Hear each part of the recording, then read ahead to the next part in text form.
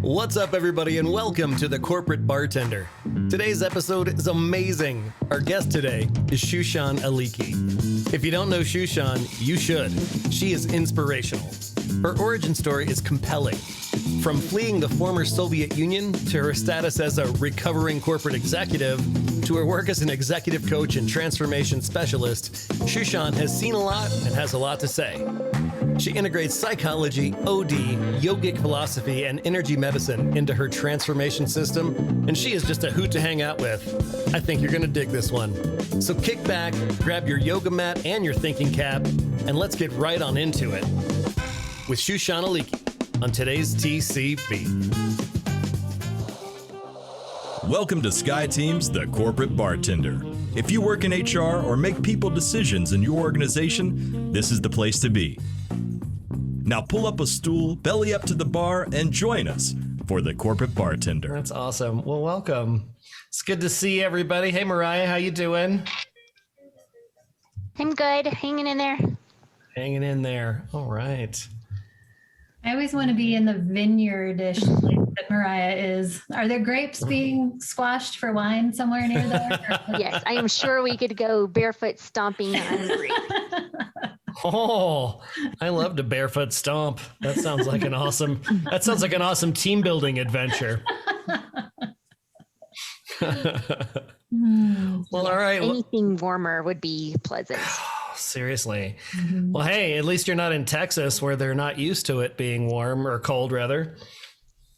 Yes, my sister is there. She's been without power for 5 days. The police delivered water yesterday because now their water is unsafe because the water treatment plants don't have electricity, so they can't treat water. Oof. What town is she in? She's in Austin, and they just moved into a brand spanking new house 2 weeks ago. And they don't, this is her first house she's ever owned. And so it's trial by fire, but no, their internal house temp was at 42 degrees right now. Yowza. Yeah. So we're sending her all the good vibes to stay warm and stay safe. Yeah. Wowza. That's too bad. Oof. Yeah. Well, on that note, it's warmer than 42 degrees in my house right now, and I am very grateful for that, as well as I am grateful for you guys. Here we are. It's episode 74 of The Corporate Bartender, and Ruby, you're going to have to come off mute and do that.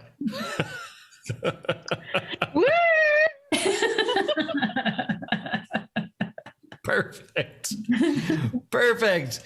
All right, today we're going to do what we do. Today we have a special guest. We have Shushan Aleaqui with us today, and we're going to talk about transformation, coaching, and the power of a good backstory, as well as all of the regular stuff that we do. Hey, Levy, welcome. And Oh my goodness. And Mark Russell. Mark just got a last minute cancellation so I can join. Right on. This is a very special corporate bartender. We have Jenny and Mark with us today. How awesome is that? Right on. Well, I won't belabor everybody with the Bartender Network plug because I think all you guys have it, except for maybe Lori, who spells it correctly, Freemeyer. She needs to get on that and get joining the Bartender Network. So just because she's here you go. You're going to get it. Boom, there it is. We'll get straight on into it so we can get to our conversation with Shushan. So some headlines today, a couple for you. I got actually three. So the first one here kind of goes on the heels of Laura Chapin's post on the network about Salesforce last week. Spotify is the latest company to get into the permanent remote work game. They are doing a hybrid program, much like the ones we've been talking about. They've got 3 flavors of it. You can come into the office every day if you want to.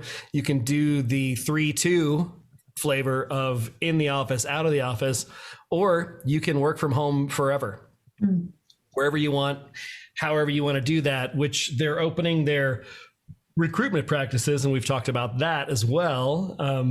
They're not opening it up to everywhere because setting up entities and paying taxes and all that stuff's a bit of a hassle, but they are open to talking about it, which I thought was kind of interesting. They're trying to provide as much flexibility as they can. So, I think this is another big name that's sort of hung the flag out of remote work for everyone forever if you want it, which is pretty bananas when you think back a year ago. I mean, here we are, and a lot of the big marquee companies have already stated that that's okay. So I just thought that was interesting. As we talked about, I released the January 6th episode of the Bartender the other day, and we talked about RTO, return to office, in that one.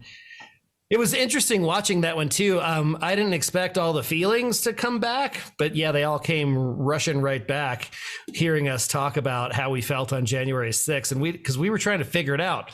We were actually online as curfew went into place in DC. I mean, the shit was still going down, and we were here just like, what are we seeing? Yeah. Yeah. So it was kind of a nice sort of reality check to go back and watch that. So that's out there. That's live. And Spotify is just the newest marquee name in the work from home forever game. Second article for you today is around coaching. Mark says January 6th, the big WTF. So the second article here is on the coaching front, and it's called Stop Softening Tough Feedback. And this is an HBR article from today, right? It's brand new. And it's about how managers try to soften the blow of criticism with compliments. It's not effective, and it's confusing. And it's funny because they talk through their methodology, focus on the behavior, dispassionately describe its impact, and work out precisely what the employee should do differently. And as I'm reading this, Ruby and Morag will appreciate it. It's SBIE. It's the feedback model that we teach: situation, behavior, impact, and explore. It's a way to dispassionately remove the emotions from that feedback conversation so that you don't have to soften it. And I thought, as Shushan is a coach and has a reputation for being one, I thought feedback is an integral part of her gig. So I thought that would be an interesting article. So I have a question, because we were looking at another written piece that was about people forgetting to do the positive feedback, right? Mm-hmm. And the whole, well, we just got to tell them what's what, right? And they can figure out how to feel good about it on their own or something. And so it's kind of, right, it's kind of this interesting vortex of styles of feedback, and how much of which one, and how tough is tough, and how often should you do which one. And, I can see, right, as leaders, and especially early career leaders, trying to sort through that, like, what's the sweet spot there of it? And it can be a little confusing, but the whole giving negative feedback that never really gets to the point is just confusing. And I think that's where most leaders miss the mark, is if you need to say something constructive, you have to be specific and you have to be real. Right? You have to be mean. You don't have to be a jerk about it, but you have to be specific, and you have to say what is. And that's super hard for people. Yeah. Shushan, would you want to weigh in on feedback just while we're on this topic here? Sure. I'm happy to. So, completely agree. It has to be specific. You have to take the emotion out of it, and really let them figure out how to sort out their feelings is very damaging to the relationship. So I'm going to do the feel good thing here, even though, in the MBTI, I'm not an F. Okay. So just want to be very clear about that. I'm a T. Okay. But I have worked on my Shocker. F a lot. Yeah. I have worked on my F a lot. So here's the thing, right? There's a way of giving it very specific, where it's not confusing to the person, and where they're not feeling like horrible about themselves before they walk out of the door. Mm-hmm. Right. And it's really about the intention.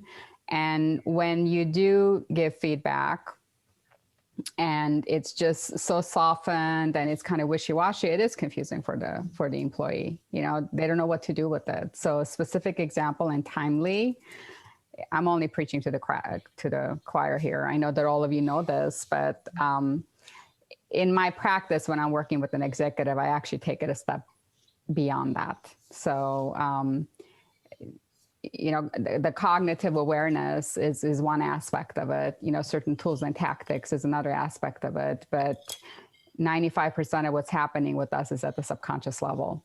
And a lot of the work that I do is really using the latest, I'll call it technology in neuroscience, of helping the person really rewire that behavior.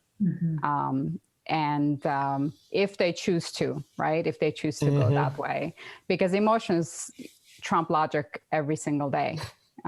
If they do, long. Right? I mean, you make up, you goof something up and then you're like, I'm never going to do that again. Or why did I do this again? I'm fully, I'm this aware person walking around and I understand my behaviors, but I keep doing it. Why do I keep doing it? Well, if you can kind of think of your mind as a glacier, 5% is at the top, the conscious level, 95 is, below the waterline.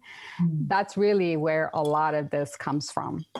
Okay. And I'm not talking about those that are clueless and walking around, without any awareness work, right? I'm talking about those that have actually done some work, read the books, have gone into the personal development space. They understand that, to be a really good leader, you must have self-awareness, right? And you must understand how you're contributing to the problem. So working with those individuals, you can take this so much deeper into, with the feedback, right? So there's the whole awareness piece and how we're wired, where our tendencies are, natural gifts are. Use any model you want, right? They all come to the same thing, but then those blind spots, those shadows, where do they come from and how are they interlaced? And, I really think that to move the needle on that, that's where those that really want to grow, that's where they need to go. Yeah. So I think it's one of the toughest sort of leadership competencies, if you want to put it into that bucket, that the feedback and conflict, right? Those are the two big ones. Right. And they're usually showing you the opportunity, right? Of what is there for you to work on. So it's never one way. Never. It's always, what am I doing to contribute to this? So is avoidance your problem with your employees? Right. Are you avoiding to give real feedback, direct feedback in ways that it's going to be meaningful to the work? Yeah. So I love that. I love a lot of the words that you used in that debrief there, Shushan. So I'm excited to get to the conversation. Gonna be some things I'll pull back into that when we get to talking. I'm sure. I saw you typing, so that's when I know I'm in trouble. Noted. Yeah. So the last article here today is in alignment with Shushan's focus. She's focused on, or has been historically focused on transformations, and actually has a rapid transformation system. So this article hits the transformation vibe, but it also hits this AI vibe that we've been talking about for the last few weeks. And this article came from my buddy Evans. We trade AI articles all the time now, and I thought this one was really interesting. In Evan's parlance, this guy gets it. So he talks about the crux of this article. We tend to talk publicly about AI as an augmentation of human behavior versus a replacement of human behavior, and basically he's calling bullshit on that and saying that this is not how that's going to go. It's politically incorrect. It's a political disaster to basically say jobs are going to go away, right? So, but he talks about it in a way that's really interesting. He takes two examples, one being chess, and you guys remember when Big Blue took on Garry Kasparov and finally beat him, and everybody was like, "Oh, that's crazy." But the next the next segment of time, the thing was what they called centaur chess. So they said basically the be all end all, it's never going to get any better than this. Human plus computer equals best thing ever. And that was true until the deep learning of the AI superseded the human's ability and they became superfluous to the process and stopped adding value. And now nobody talks about centaur chess. And, I think that was really interesting, but it's chess and it's just a game. What about a real job? The next article or the next career that the guy talks about is radiology. And when you think about radiologists, right, that's a job that's entirely based on pattern recognition, right? And right now, humans still have the edge because of the little nuancy things. But that's a thing that the AI it'll get better than humans at some point in the future, and not all that far away, right? So talking about this transition to what post work looks like, man, this one just kind of blew my mind. Evan, do you want to chime in on this one? Sure. Yeah. The thing about the radiology example, and my gosh, I read so much about this stuff. I really wish I'd noted where I read this. But there's a large panel that there was an experiment that was being run. So it was a large panel of radiologists, and they were given a large body of scans, and they went through, gave their diagnosis, right? And so went through all that. Then it was examined to see how much accuracy and inaccuracy was there. And there was a fair amount of inaccuracy in terms of their diagnosis. Ran it through an AI, and it very quickly was able to get to like 90-95% correct. Then to make things even more interesting, they took the same scans and fed it back to the same scientists. Most of them contradicted their initial analysis of this. Yikes. And so it's like eyewitness testimony. Yeah, exactly. No, the person driving the car in the hit and run had blonde hair versus brunette. So to me, it's absolutely fascinating. You look at the whole centaur model, right? And looking at it in chess, and then I've also seen it trotted out, no pun intended, in military applications. So, you're going to have war fighting leveraging a soldier that's augmented with AI. Well, how much longer is that going to hold sway? Because you could eventually be like, a soldier is not able to make the kind of decisions that an AI can make in the blink of an eye. Therefore, lives are at risk, and the engagement is potentially at risk. And so, hey, let's pull humans out of the kill chain and just let these suckers hum. And that is a massive ethical, moral discussion way beyond warfare. But then you also get into competitive elements, right? Because if your competition doesn't have those qualms, you're absolutely owned, because now you're outclassed and outgunned. But yeah, I thought the article was really slick. It's a bummer. Yeah. Most of what I look at is a bummer, but I think it's very realistic. Well, and it's from 2 days ago, right? This is not like an old piece of work here. Yeah. Oh, totally. People, I think they need to understand, you have to understand the motive of the corporation. And I'm not saying it's, the evil monolithic organization. Maybe it is. But my point is, when you start looking at what corporations do, then a lot of it comes down to, it's not personal. It's simply keeping the machine going. No pun intended again. And so you start getting into the fact that, we can easily automate 2/3 of what you do. And so then it becomes a very personal discussion, I think, in terms of, all right, you're going to restructure my job? Or how are things going to work? Am I going to take things that can't be automated and it's amalgamated, and then one person is left standing over a particular area, if that tracks? But no, it's an interesting new world. It shows no signs of slowing down. If anything, it's speeding up. Yeah, I don't think it's going to slow. I don't think it's going to slow down. The thing I think we need to keep in mind as humans is, are we going to make a decision to give up our intelligence to a machine? Exactly. And see, the right? thing is, I love it because he touches on it in the article. He just winks at it, but he's like, hey, you know what? Building something that is over us on the food chain might be a bad idea. And so, but people are like, yeah, but it makes life easier, so let's do it. So let me give this up and have a chip in my head so they can turn it on and off. Well, yeah, and this is my last thing, and then I'll stop talking. But you nailed it. Elon Musk with Neuralink is saying, oh, we have to have Neuralink in order to remain competitive with AI.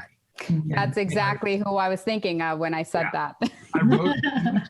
I wrote a piece and I said, it's kind of like, you remember the Defiant Ones movie with Tony Curtis? I think it was Sidney Poitier, where they're handcuffed together. I'm like, okay, that's like doing the Defiant Ones thing, except it's you handcuffed to a rabid gorilla.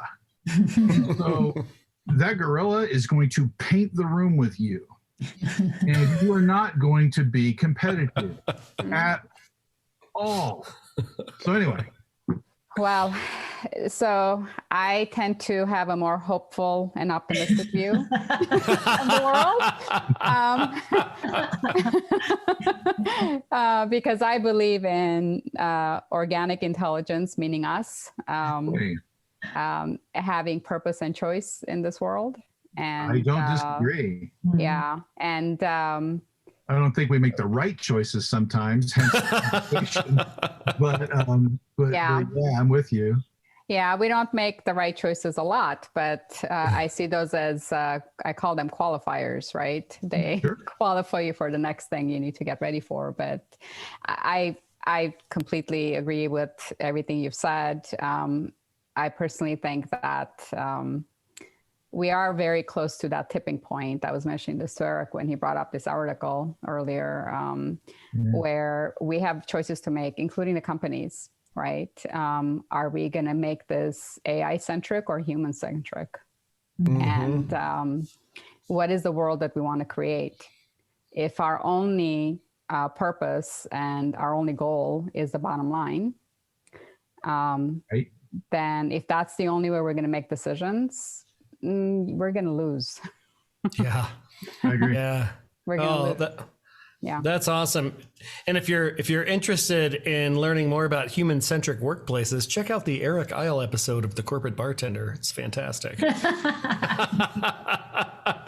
And on that note, I'm going to hand the reins over to Lori so that she can initiate the conversation here with Shushan. Lori, it is your show. All right. Well, feel free to break in, anyone, at any point here, but I wanted to, obviously we've already heard Shushan and views and things she shared, but I want to back up really quickly and give you a little bit more background about Shushan. You probably recognize her because she has joined some TCB episodes in the past, and apparently this bunch didn't scare her off because she agreed to join us and actually be interviewed today. So super grateful for that. Now, if you bring an AI along as one of the attendees, we're going to have a different discussion. Right, then we'll be like, wait a minute.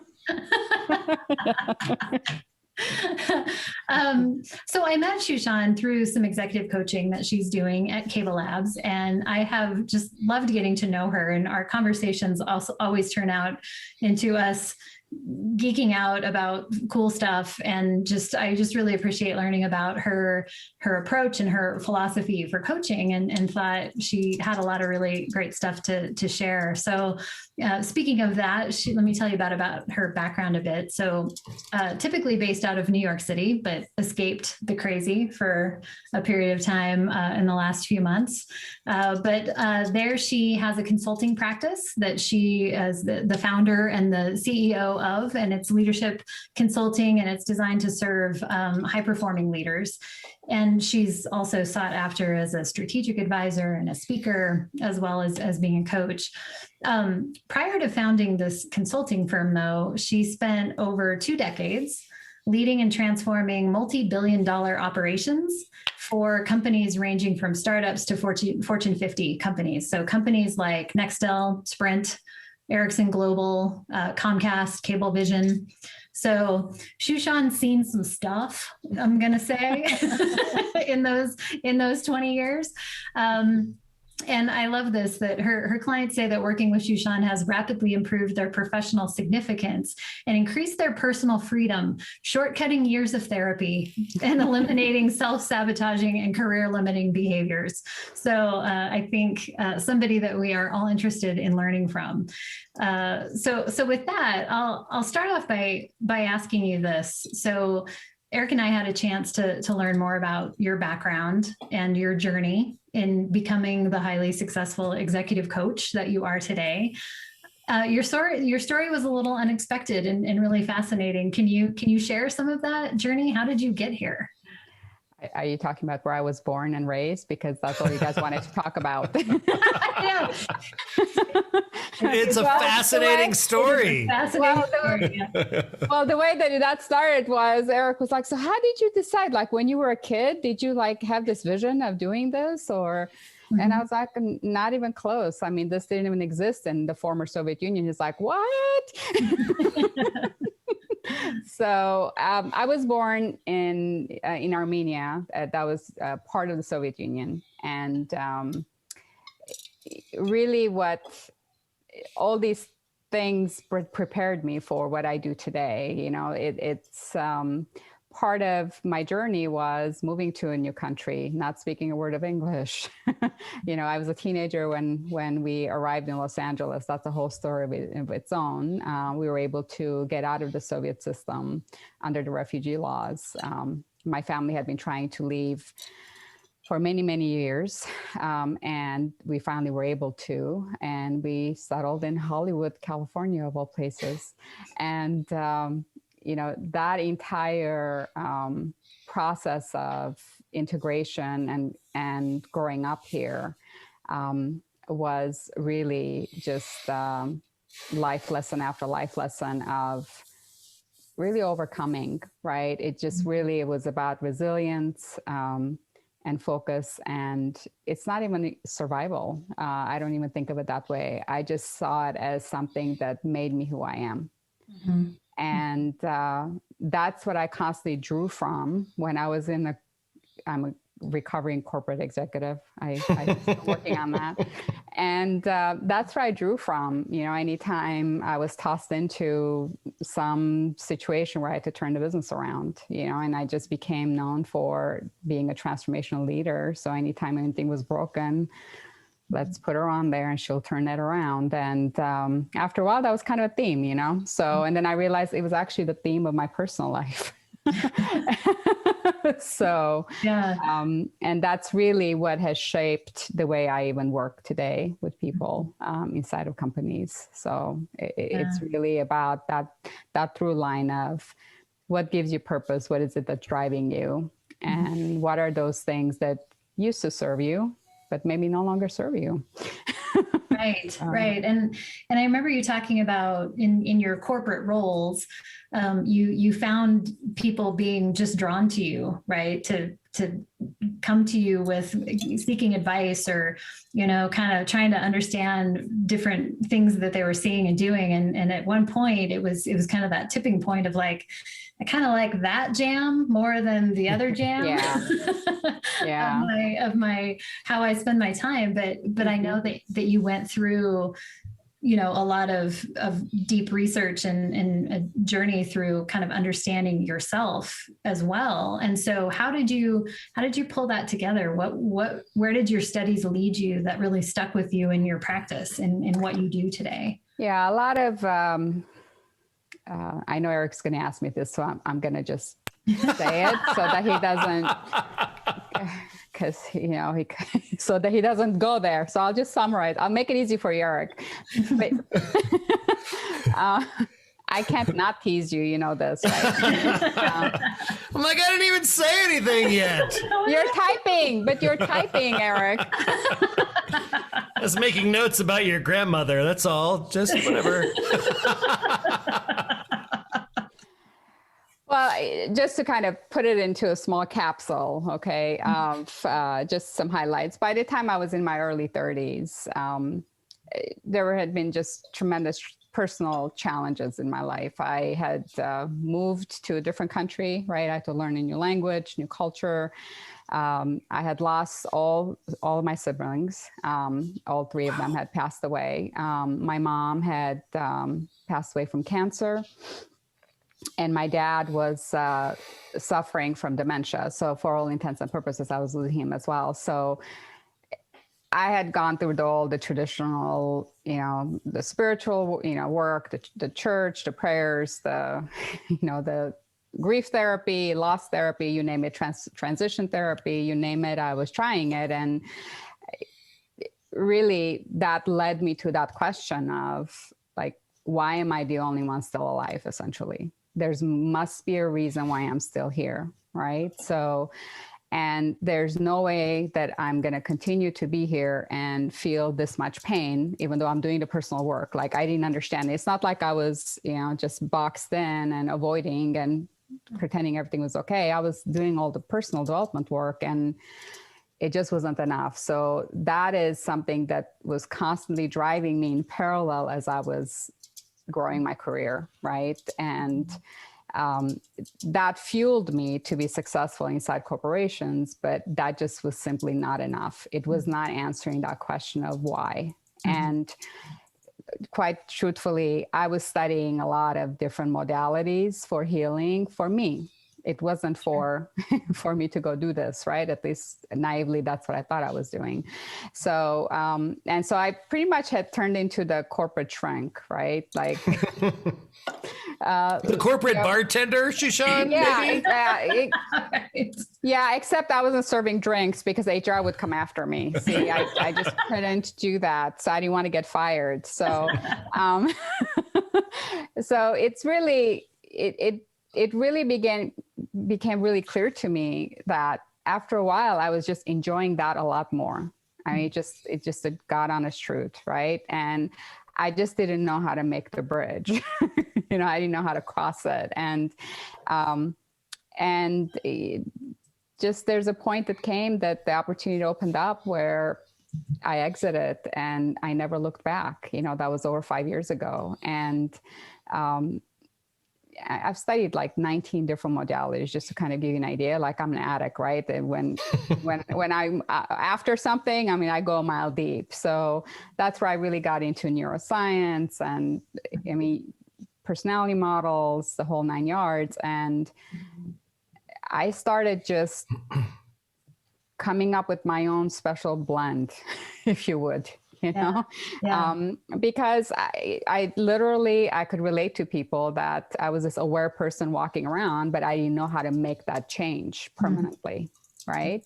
Some things you can change, but there were some deeper levels of patterns. I was like, oh, here I am again, same kind of a boss, right? Same kind of the problems. And I knew it wasn't them. It's not that it's 100% you, but I was like, there's something in me that's drawing this, right? So that curiosity drove me to those studies, and that's how I came to do what I do.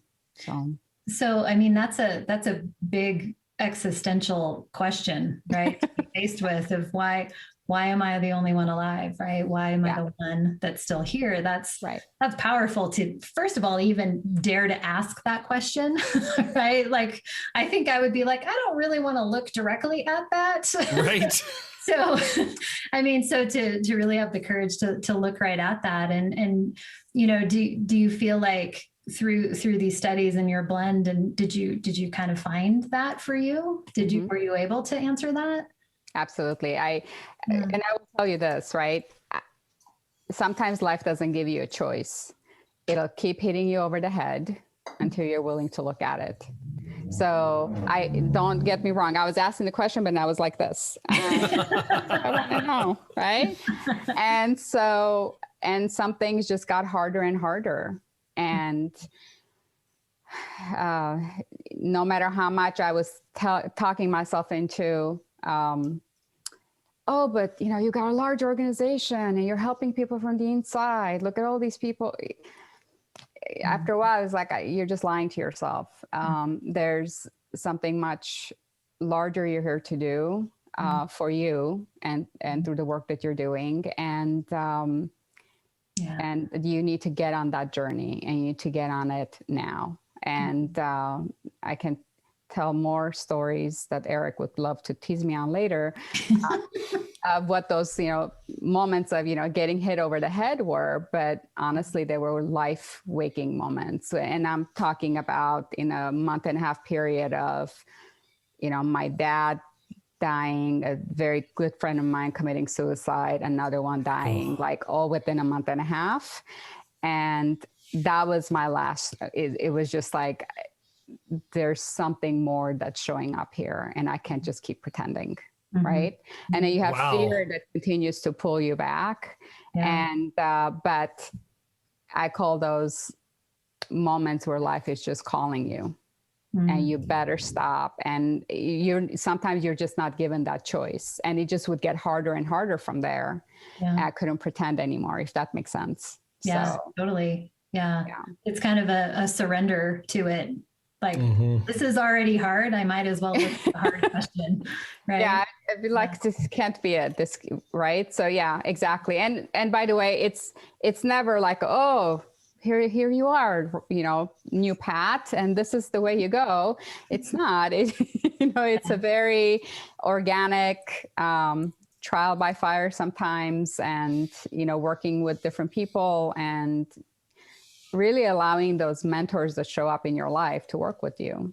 Right. I'm a very big believer in mentors and coaches. So I believe in that model. It just accelerates your progress. Yeah. So in your experience in working with executives, right, people kind of come at this from all different places.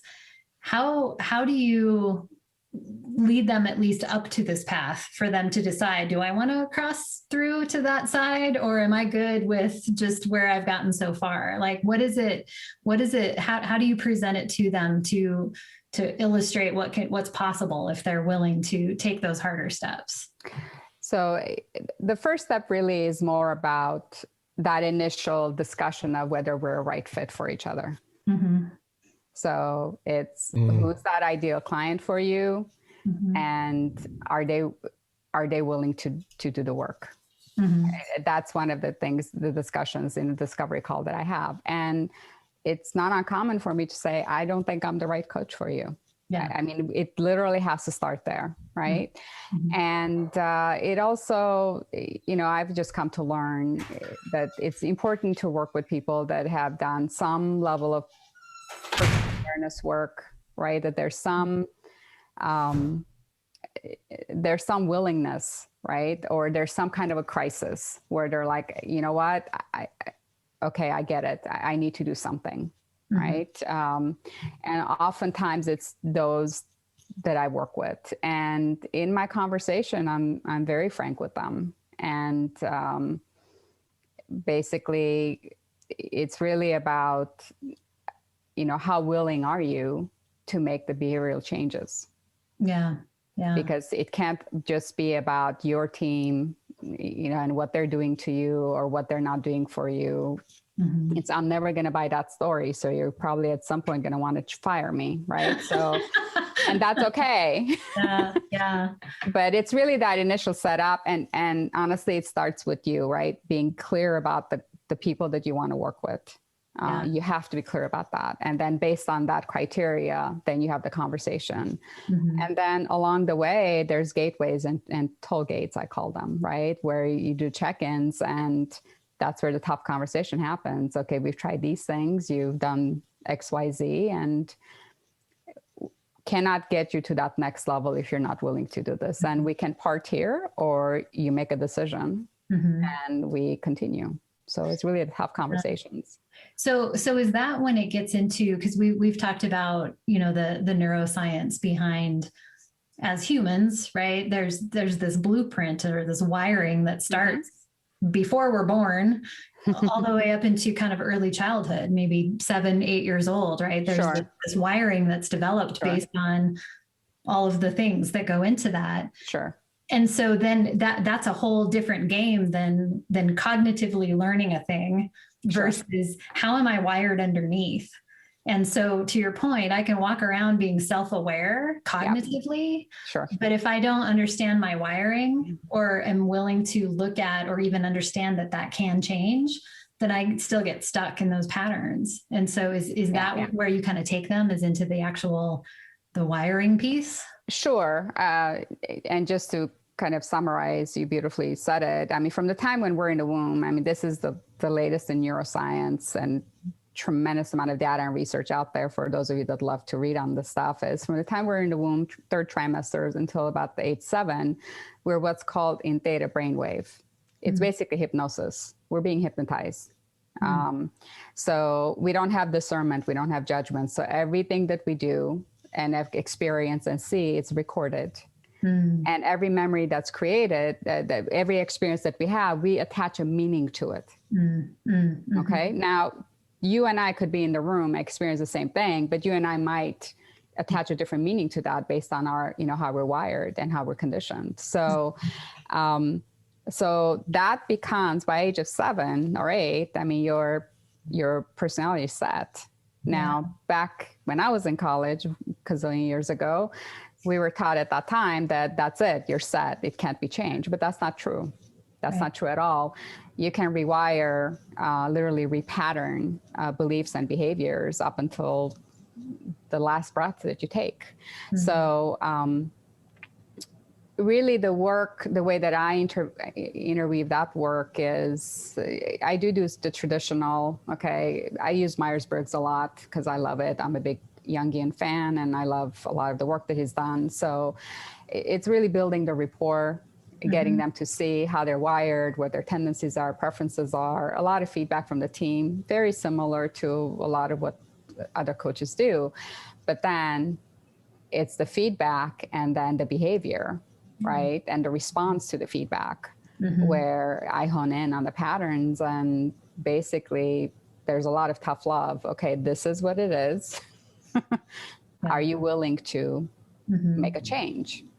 If you are, we can do it right now. We can go right into it. There's whole brain postures. There's many different ways of working with it, and different techniques, and, you know, helping the person really get into a whole brain state, because when we're under stress, we don't have access to our entire mind. We don't. We're like a little hamster in one corner in a wheel spinning, right? Single sourced. So, and a lot of it is helping them through some of those stressful situations, and where they themselves can tap into what's really happening internally to solve the problem, right? So it's not about doing something to someone. It's really having the tools and the ability to help them get out of the stress response so that they can think more clearly and more creatively. Yeah. So. Yeah, it's shocking to really think about how often we operate in the stress response. Like, is that happening more often than not? Yes. And so that it's really interesting to, you know, try to parse that out, to understand, well, this is just normal. Well, it doesn't mean it's good or that's where you have to be. We're not normal. We're not designed to be on the constant fight or flight. We're not. That is not the way we were designed as humans. But through constant 24/7 technology, the way that we live, the way that we work, we're in this constant fight or flight, and we don't even know it. And we're in that mode, then you start to layer in the subconscious, and all the programs are in there. By the way, we think of roughly about 80,000 thoughts a day. Wow. You don't know that, but you do. And about 90% of it repeats the next day. Oh, wow. So those are all programs. Now, a lot of them serve us, by the way. So we're very grateful for our subconscious mind and the programs, because we don't have to learn how to walk or talk and do all the things we're doing right now every day, right? Because those are all programs that are running right now. I mean, has anyone ever driven where you're getting from point A to point B and then you have no idea how you got there? Yes. That's because your subconscious took over and took you there while your mind was busy doing something else. And that's fine. But along with the programs come certain beliefs, right? Based on your experiences. So, and the subconscious mind, by the way, only thinks in present moment. It does not understand linear time. Linear time doesn't really even exist. That's something we made up to manage time. So you just naively, right? Just read Einstein and you'll figure out the time thing. But, don't get me started, Shushan. Yeah, I know. We can talk about so many things, Eric, so many things. But basically, just think of the subconscious as a giant filing cabinet, right? Full of memories. So, and it doesn't know whether it's today or yesterday or tomorrow. Anything that happens and somebody gets triggered, the file comes up, and that's the filter they're looking at life through. Right. This is why just positive thinking is not enough, right? Right. So, Right. That's like that's the cognitive side of like, well, just think of something positive, right? But that's not intrinsically changing whatever triggered that belief or that story. The stories that we tell, the meaning that we make in an instant is right? We don't think about those things. I mean, you brought up a very good thing, Lori. It's we are constantly in stress response right now.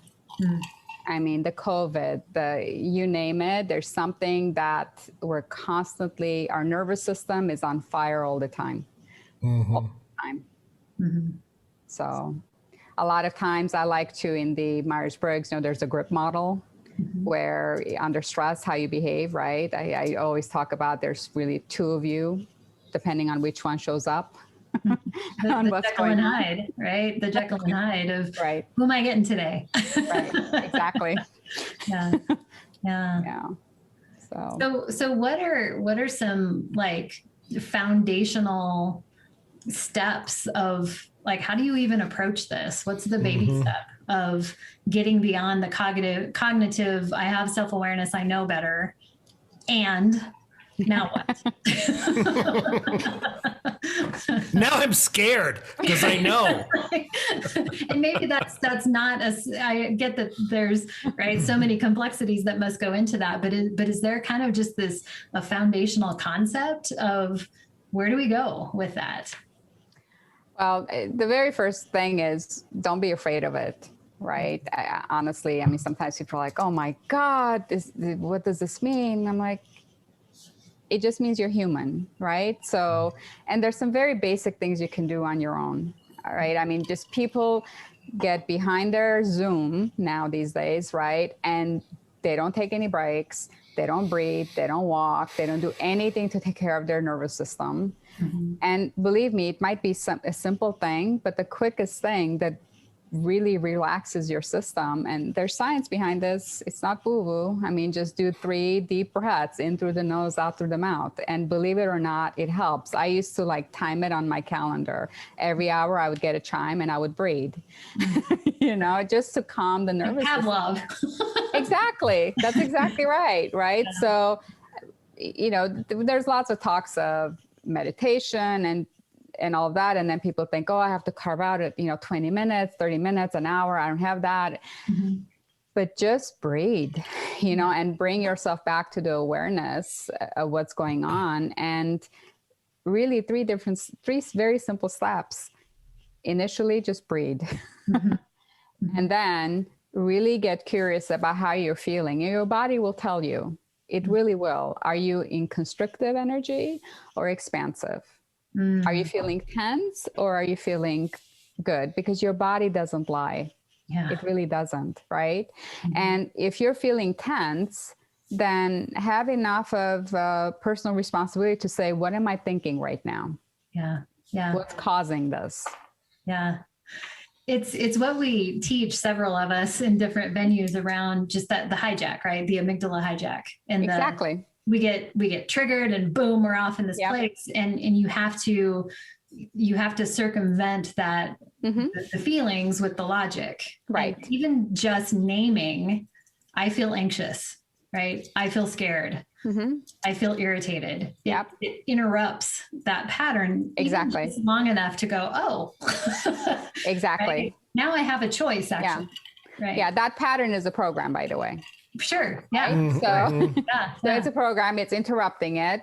And so that's a step everyone and anyone can do, right? If they're willing to do it. It's hard work because you have to take responsibility. Right? Like all the time, like over and over.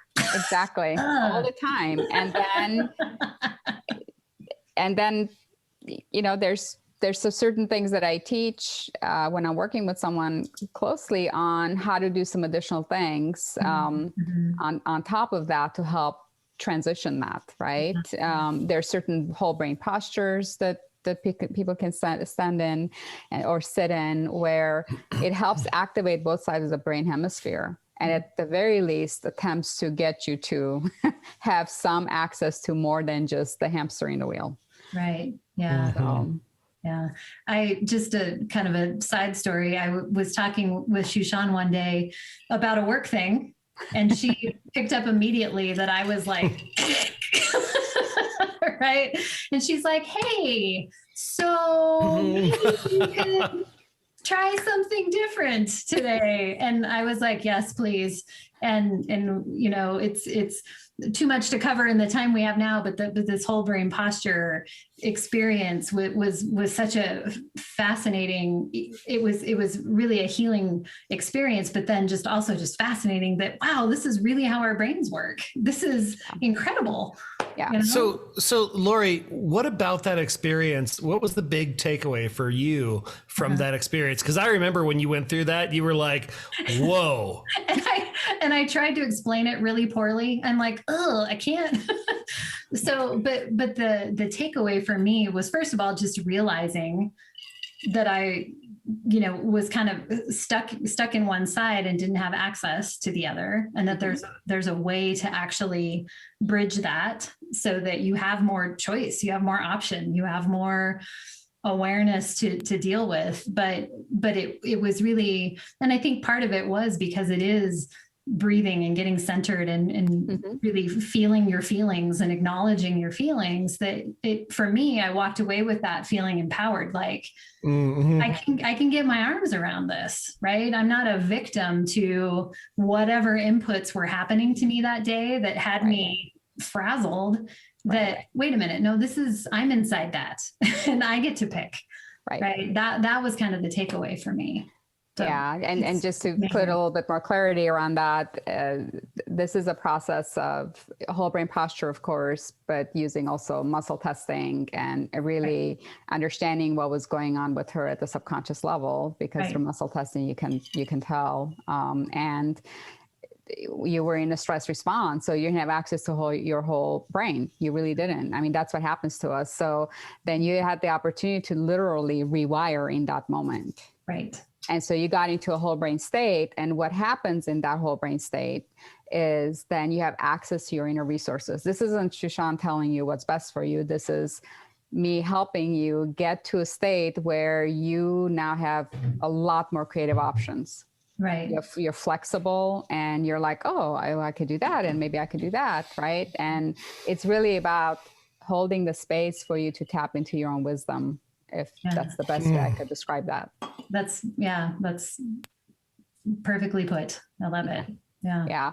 But to your credit, you were willing. Like when I saw it, I made the invitation.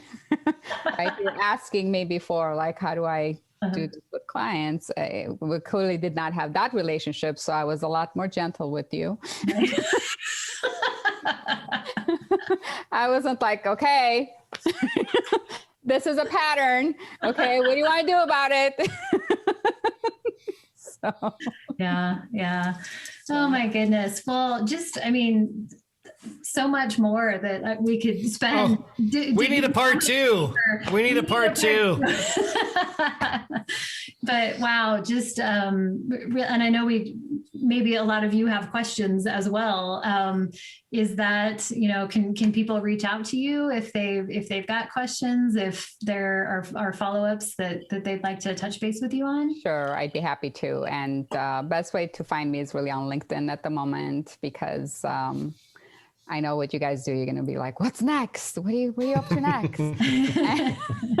What's next for you? So I'm actually in one of those periods where I have one hand on one bar, like I'm at a trapeze, and the other hand on the other bar, because I'm in the process of working with my mentor, who actually taught me a lot of these techniques. Mm-hmm. And we're looking to design this for taking this into companies and love it. And at a much broader level, right? So for coaches that have done all the strategies and all the tactics, right? But then there's just something that's just not clicking. And so there'll be training for coaches to learn how to do this inside of companies, and also working with teams, and even bringing some of this training.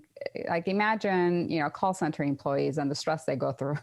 Right? Yeah. And, having some people train on how to, take them through that process to relieve that stress, it would just really be a game changer. And AI cannot do this, by the way, just so you know. Nice pull. I'm just saying. Right.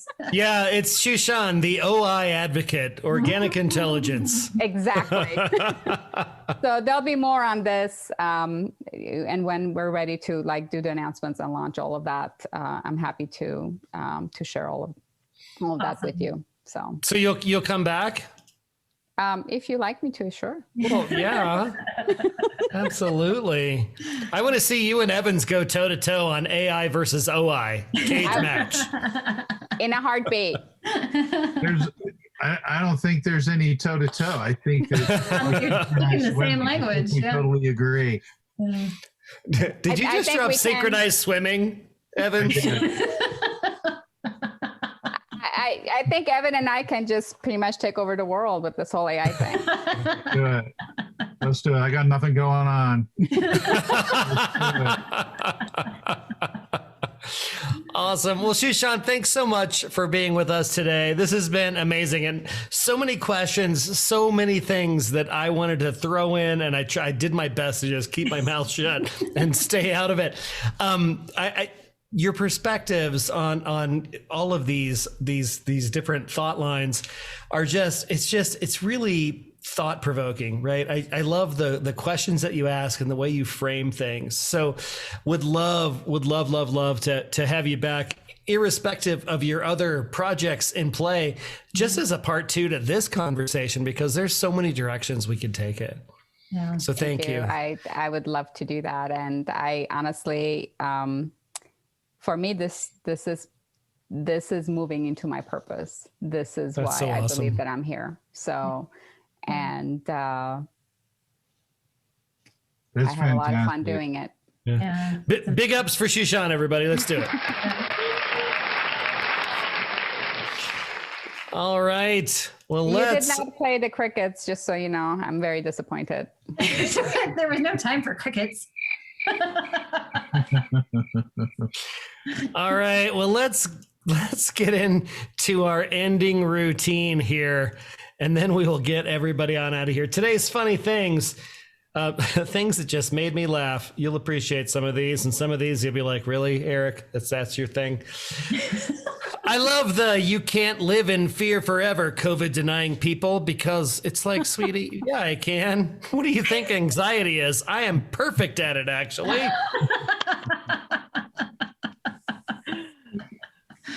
Number 2, just to confirm, everyone feels tired all the time, no matter how much sleep they get or caffeine they consume, but also has trouble falling asleep and is constantly hungry, but also nauseous with acid reflux, spends every second working or cleaning, yet nothing gets accomplished. Is that just me?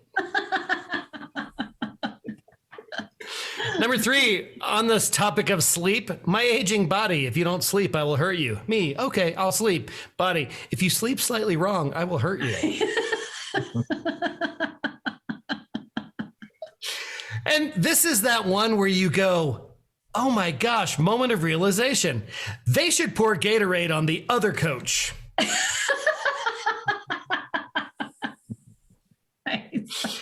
And this is my inner 12-year-old right here. Just took a call from a patient whose birthday was 4/20/69. I had him repeat it to me 3 times.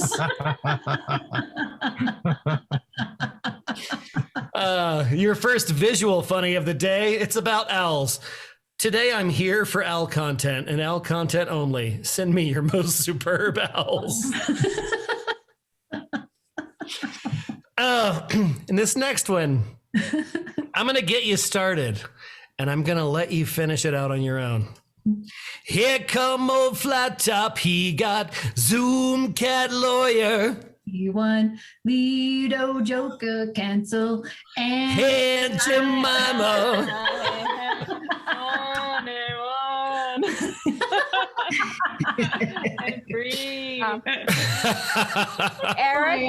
Eric, yeah. did I mention that I actually offer a complimentary session just for you for hosting? I think that's a judgment on my psychological state. All right, and last funny thing today, life hack, got a white cat, put an orange on it to look like a big egg. That's great. Oh my God. That's awesome. That's awesome. Oh God. Today's feel-good story, this one blew my mind. 70-year-old man rows across Atlantic Ocean and raises $1 million for Alzheimer's research. Yay. Jeez. Rock star. And if you're curious as to what his boat actually looks like, that's the boat. He rowed from the Canary Islands to Antigua by himself. Holy smokes. Raised $1 million. I thought that was amazing. That's amazing. I love it. Today's semi-quarantine cocktail is relevant. It's called the Texas Power Grid. It's a riff on the flaming Dr. Pepper. You're going to need a smidge of energy independence, 8 ounces of beer, 0 federal oversight, 3/4 ounces of amaretto, 9 inches of snow, 1/4 ounce of overproofed rum, 16 degrees. You pour the amaretto in the shot glass, top it with rum, light that sucker on fire, drop it in the beer, and slam it. This comes from the classy cocktail category of bombers. You know, like sake bombers or Irish car bombs or drinks that you've had and then you can't remember the rest of the night. Anything you light on fire, I think, is heading you in that direction. I wanted Texas to be warm, so I gave him some heat. Little heat. Just a little heat. Guys, thank you so much. Shushan, thanks for being with us today. This was amazing. Definitely have so much more to talk about. Wednesdays are my favorite days, and you're my favorite people. I love each and every one of you. Thank you so much for being with me. Big applause for you guys. You guys are awesome. We'll see you next week. Have great evenings, everyone. Thank you, everyone. Thanks, everyone. Thanks. Thanks for hanging, Mark. Thank you so much for joining us today. If you had a good time and learned a thing or two at today's happy hour, please share it with your friends. If you want to join our tribe, head on over to skyeteam.cloud/TCB or email us at info@skyeteam.com. That's SKYE team.com. Thanks again, and remember, you've always got friends at the Corporate Bartender.